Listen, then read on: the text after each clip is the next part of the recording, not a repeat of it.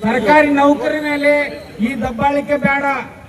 ಅದಕ್ಕೆ ದಯವಿಟ್ಟು ಇದನ್ನು ಪರಿಗಣಿಸಿಕೊಂಡು ಸರ್ಕಾರ ಏನ್ ಮಾಡಬೇಕು, ನಮಗೆ OPS ಅನ್ನ ಜಾರಿ ಮಾಡಬೇಕು. ನಾವು ನಿವೃತ್ತಿ ಜೀವನದಲ್ಲಿ ಸುಖಕರವಾಗಿ ಜೀವನ ಮಾಡಬೇಕಾದ್ರೆ OPS ಬರಬೇಕು. ಇನ್ನ ಅನುದಾನಿತ ಶಾಲೆಗಳ ಸಾಕಷ್ಟು ನಮ್ಗೆ ಸಮಸ್ಯೆಗಳದಾವು.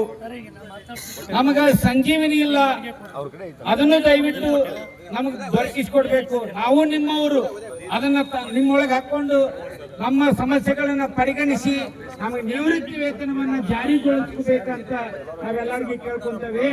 ಒಂದು ವೇಳೆ ದಯವಿಟ್ಟು ಇದನ್ನ ಕೇಳ್ರಿ, ಈ ನಿವೃತ್ತಿ ವೇತನವನ್ನ ಈ ಸರ್ಕಾರದೊಳಗ ನೀವು ಜಾರಿ ಮಾಡದೇ ಇದ್ರ ನಾವು ಅಮರಣ ಉಪವಾಸ ಸತ್ಯಾಗ್ರಹವನ್ನ ಅನಿವಾರ್ಯವಾಗಿ ಹಮ್ಮಿಕೊಳ್ತೇವೆ. ಹೆಂಗೂ ನಂದು ರಿಟೈರ್ಮೆಂಟ್ ಆಗತ್ತೆ.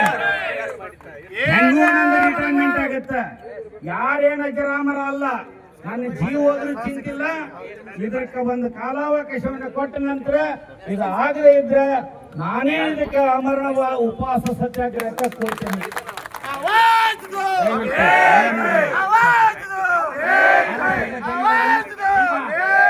ರಾಜ್ಯ ಮಾಧ್ಯಮಿಕ ಸಹ ಶಿಕ್ಷಕ ಸಂಘದ ಅಧ್ಯಕ್ಷರಾದಂತಹ ಸನ್ಮಾನ್ಯ ಶ್ರೀ ಸಂದೀಪ್ ವೀರಾಜ್ ಸರ್ ಒಂದೆರಡು ಮಾತು ಮಾತಾಡಬೇಕು.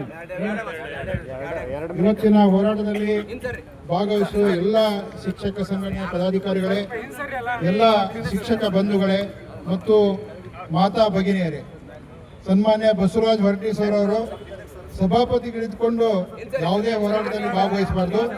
ಆದರೆ ಅವರು ಈ ಸರ್ಕಾರದ ಒಂದು ವ್ಯವಸ್ಥೆಯನ್ನು ನೋಡಿ ಆಕ್ರೋಶ ವ್ಯಕ್ತಪಡಿಸಿದ ಅನೇಕ ಪತ್ರಿಕೆಗಳಲ್ಲಿ ಸರ್ಕಾರ ಮಾಡುವಂತಹ ತಪ್ಪುಗಳನ್ನ ಲೇಖನ ಮುಖಾಂತರ ಎಚ್ಚರಿಸುವಂತ ಕೆಲಸವನ್ನ ಮಾಡಿದ್ದಾರೆ. ಮೊದಲು ಸರ್ಕಾರಿ ಅನುದಾನಿತ ಖಾಸಗಿ ನಡುವೆ ಭಿನ್ನಾಭಿಪ್ರಾಯ ಮಾಡ್ತಾ ಇತ್ತು. ಬರ್ತಾ ಶಿಕ್ಷಕರ ನಡುವೆ ಖಾಸಗಿ ಶಿಕ್ಷಕರು ಸರ್ಕಾರಿ